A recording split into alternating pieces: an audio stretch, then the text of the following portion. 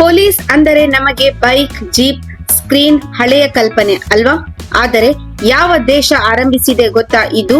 Dubai. ಅಲ್ಲಿ ಪೊಲೀಸರು ಈಗ ಒಂದೇ ಚಕ್ರದ ಫ್ಯೂಚರ್ನ ವಾಹನ ಮೇಲೆ ಪೊಲೀಸರು. ಈ ವಾಹನ ಬೈಕ್ ಅಲ್ಲ, ಸ್ಕೂಟರ್ ಅಲ್ಲ, ಒಂದು ಚಕ್ರದ ಸೆಲ್ಫ್ ಬ್ಯಾಲೆನ್ಸಿಂಗ್ ಯಂತ್ರ.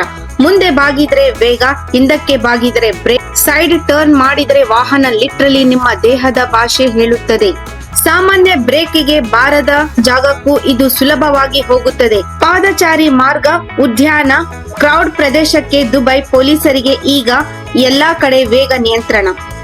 ಇನ್ನೊಂದು ವಿಷಯ, ಈ ಒಂದು ಚಕ್ರದ ವಾಹನದಲ್ಲಿ ಕ್ಯಾಮೆರಾ ಪ್ಲಸ್ AI ಸೆನ್ಸರ್ಸ್ ಇವೆ. ಕೂಡಲೇ ಜನರ ಚಲನೆ, ಅಪಾಯ ಎಲ್ಲ ಪ್ರೊಟೆಕ್ಟ್ ಆಗುತ್ತದೆ. ಇದರ ಪೆಟ್ರೋಲಿಗೆ ಪರ್ಫೆಕ್ಟ್ ಆಗಿರುವ 25 ಕಿಲೋಮೀಟರ್ ಇಂದ 35 ಕಿಲೋಮೀಟರ್ ವೇಗ ಮತ್ತು ಬ್ಯಾಟರಿ ಲೈಫ್ ನಗರದ ಅರ್ಧ ಭಾಗಕ್ಕೆ ಸಾಕು. ಈ ವಾಹನದ ತೂಕವು ಕಡಿಮೆ. ಈ ವಾಹನ ಎತ್ತಿಕೊಂಡೇ ಕಚೇರಿಗೆ ತೆಗೆದುಕೊಂಡು ಹೋಗಬಹುದು. ದುಬೈ ಹೇಳುತ್ತದೆ, ಸೆಕ್ಯೂರಿಟಿ ಅಂದರೆ ಕೇವಲ ಪೊಲೀಸರಲ್ಲ, ಭವಿಷ್ಯವನ್ನು ಹತ್ತಿರಕ್ಕೆ ತರುವ ತಂತ್ರಜ್ಞಾನ. ಈ ಒಂದು ಚಕ್ರದ ವಾಹನ ಪ್ರಶ್ನೆ ಕೇಳುತ್ತದೆ, ನಮ್ಮ ನಗರದಲ್ಲಿ ಪೊಲೀಸರು ಫ್ಯೂಚರ್ನಲ್ಲಿ ಹೇಗಿರಬಹುದು?